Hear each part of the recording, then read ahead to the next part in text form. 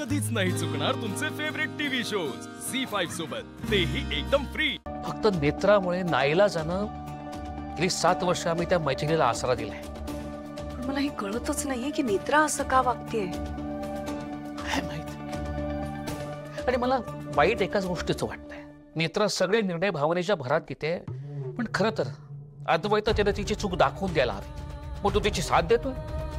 गेली 7 वर्ष एकाच घरात जवळ राहून सुद्धा सगळेजण एकमेकांपासून दूर केलेत। एका अद्वैतपासून तर केतकी, फाल्गुनी, नेत्रापासून मनानं दुरावलेत। मला हे सगळं समजत होतं, जाणवत होतं, पण तरी सुद्धा मी कोणा एकाची बाजू घेतली नाही, कारण ते योग्य ठरलं नसतं। त्याने परिस्थिती आणखीन बिघडली असती। डॅड डॅड सॉरी तुम्हाला डिस्टर्ब करतोय, पण एक न्यूज द्यायची आहे। बोल ना।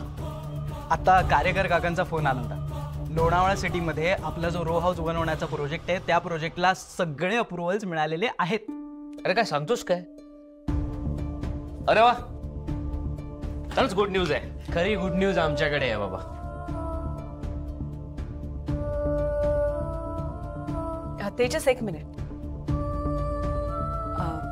खरं तर आम्ही ही बातमी भाऊजी आणि इंद्राणीताईंना सांगायला आलो होतो, पण बरं झालं तन्मय तू इथेच आहेस।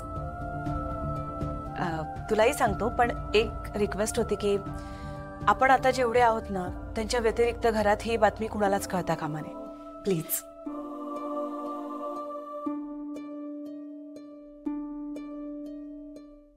ओके। पण झालं काय तेजस? आत्या सासूमा, पप्पाजी आता पुन्हा या घरात लहान मुलाचा रडण्याचा आवाज येणार।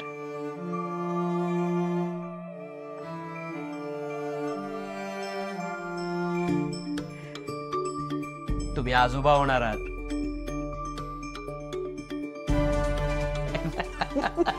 कॉन्ग्रॅट्स। थँक्यू बाबा।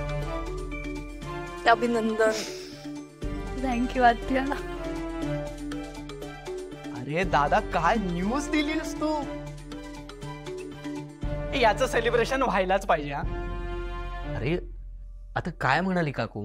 अरे पण ही इतकी छान बातमी आहे, आपण सेलिब्रेट का करत नाही आहोत?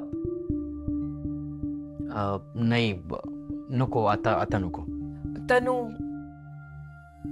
आधी डॉक्टरांकडून कन्फर्म करून घेऊया, मग करू। ओके। तेजस, तू मला इतकी छान न्यूज दिलीस, तर मी तुला एक गुड न्यूज देतो आणि एक गिफ्ट देतो। लोणावळ्याचं आपलं रो हाऊसचं प्रोजेक्ट अप्रूव्ह झालंय। ओ मी ऐकलं आता।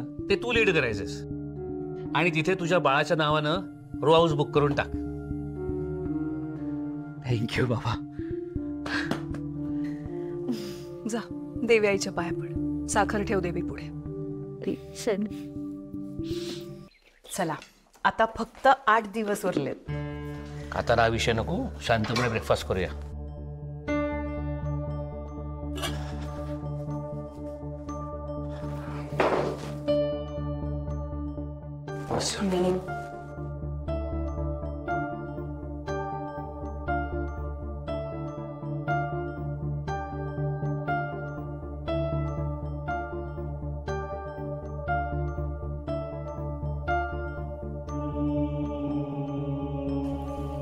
प्लीज।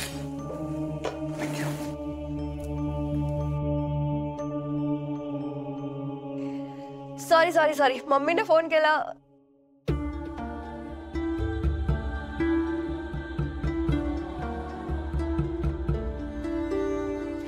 खूप भूक लागली आहे काकू माँ, खूप भूक लागली आहे।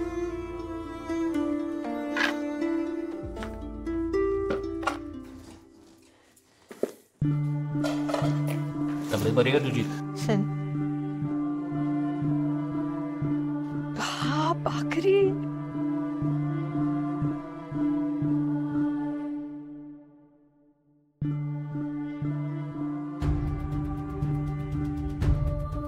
मस्त झाली आहे भाकरी। अमेझिंग काकू माँ। मी नाही बनवलंय।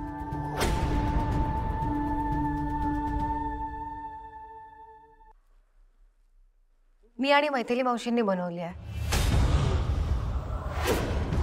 आजपासून आम्ही तुमच्यासाठी असेच पौष्टिक पदार्थ बनवत जाऊ.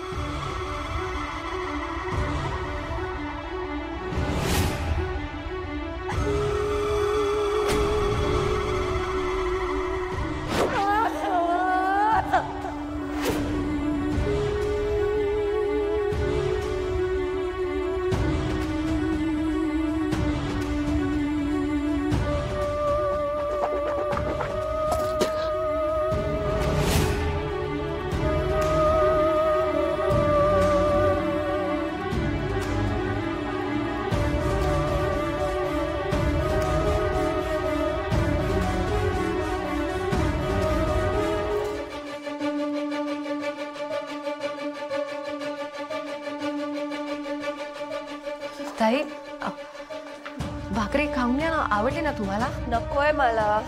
ताई, असं अन्नाला नाही म्हणून नाही, खाऊन घ्या. नेत्रा, मला खावा असं वाटेल तो मी बनवतील या तो काकूमा बनवून देतील. हो फाल्गुनी, तुला जे काही खावंसं वाटतंय ते मला सांग, मी बनवून दे. तुला आता भूक लागली, तू ऍपल खा, नंतर मी काहीतरी बनवून देते. पण भाकरी आहे ना, मग पौष्टिक आहे, खाऊ द्या ना त्यांना. नेत्रा, सांगितलं ना तुला एकदा, मला काकूमा या तो आत्या सासूमा बनवून देतील तेच मी खाणार. त्याशिवाय मी कोणाचा हाताचा खाणार नाही. नाहीतर माझं हे बाळ सुद्धा जाईल. ताई,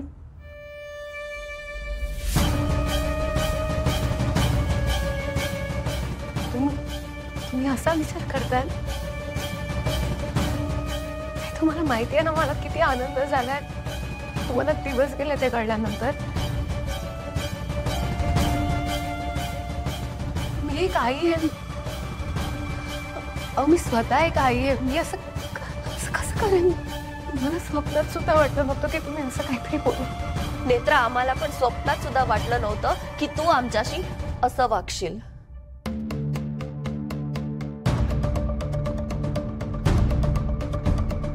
आणि आमच्या बाळाची काळजी घ्यायला आम्ही आहोत. आत्या आहेत, बाबा आहेत, काकू आहेत.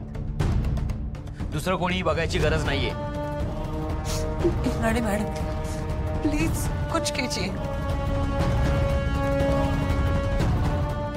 म्हणजे माझा राग नेत्रावर नका ना काढू प्लीज. मी दोषी आहे ना, मी अपराध केलाय ना, तिच्यावर का संशय घेताय सगळे? प्लीज काहीतरी सांगा ना. फाल्गुनी प्लीज. तुम्ही तर बोलूच नका अद्वैत भाईजी. सुनो फाल्गुनी, फाल्गुनी ऐसे मत करो प्लीज.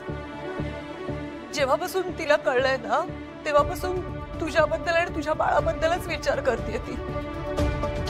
काय खायला प्यायला घालू, कशी काळजी घेऊ.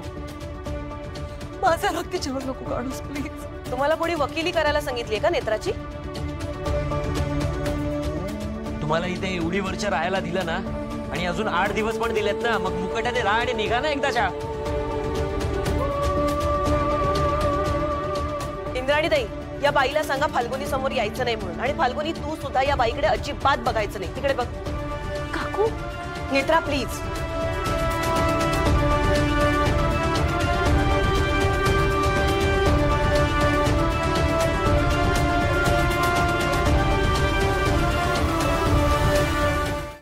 झी5 ॲप डाउनलोड करा आणि पहा सर्व एपिसोड्स एकदम फ्री.